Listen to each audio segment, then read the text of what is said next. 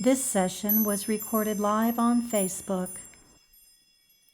If God is all-loving and loves all of us, then why is life so hard for so many people?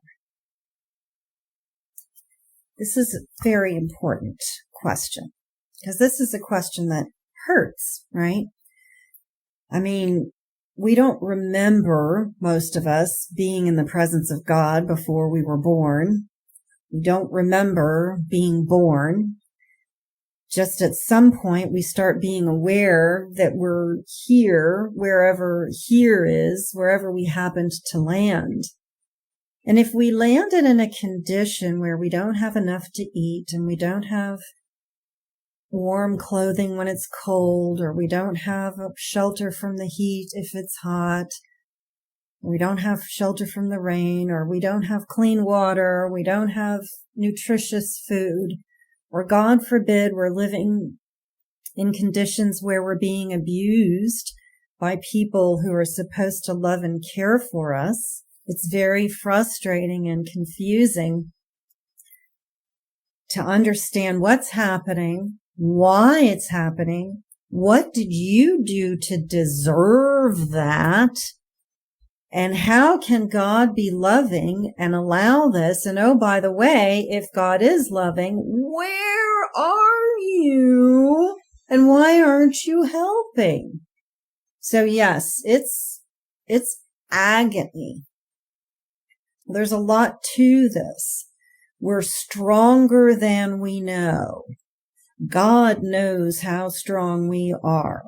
God is not raising hothouse flowers in perfect conditions that will bloom and flourish only because things are perfect, because it would wither and die if those perfect conditions were taken away.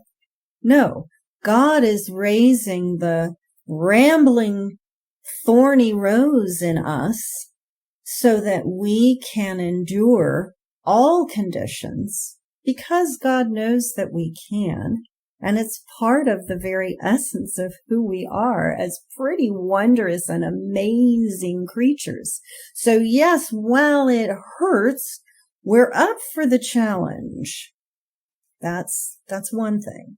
The other thing is, why do some people come in an easier place and some people come in a harder place, and so on and so forth? Well, again, everything is observable and a product of choices made before and conditions made before.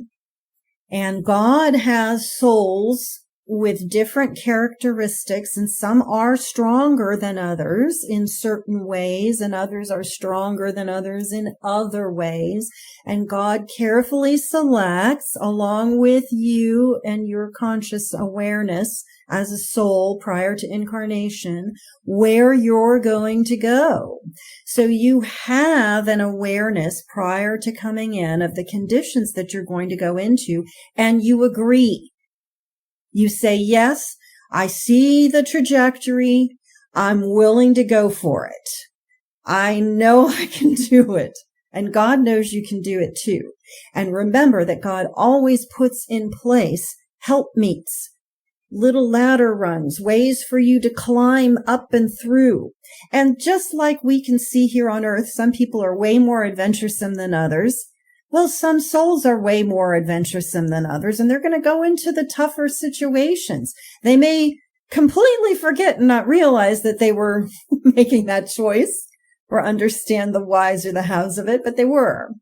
And so different souls come in with different incrustations on their soul based on the ancestry.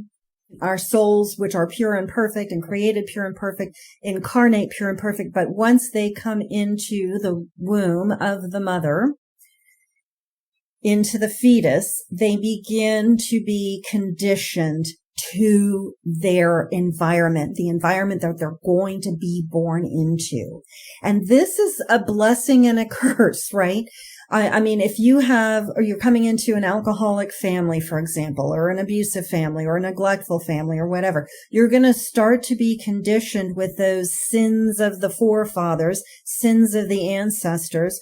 while you're still in utero. And that may seem like a terrible crime to perpetrate on an unborn child, but it's actually its own version of a blessing, because as you're starting to be conditioned with those incrustations, you're becoming acclimated and understanding. You're starting to understand that crazy, whacked out environment that you're about to be burst into.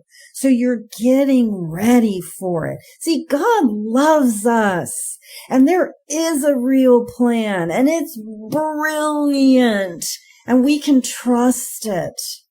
As hard as it is and crazy as it may seem, but realize that soul, no matter how challenging the conditions, there will be many opportunities for that soul to rise up, to reach forward and to go for the highest potential.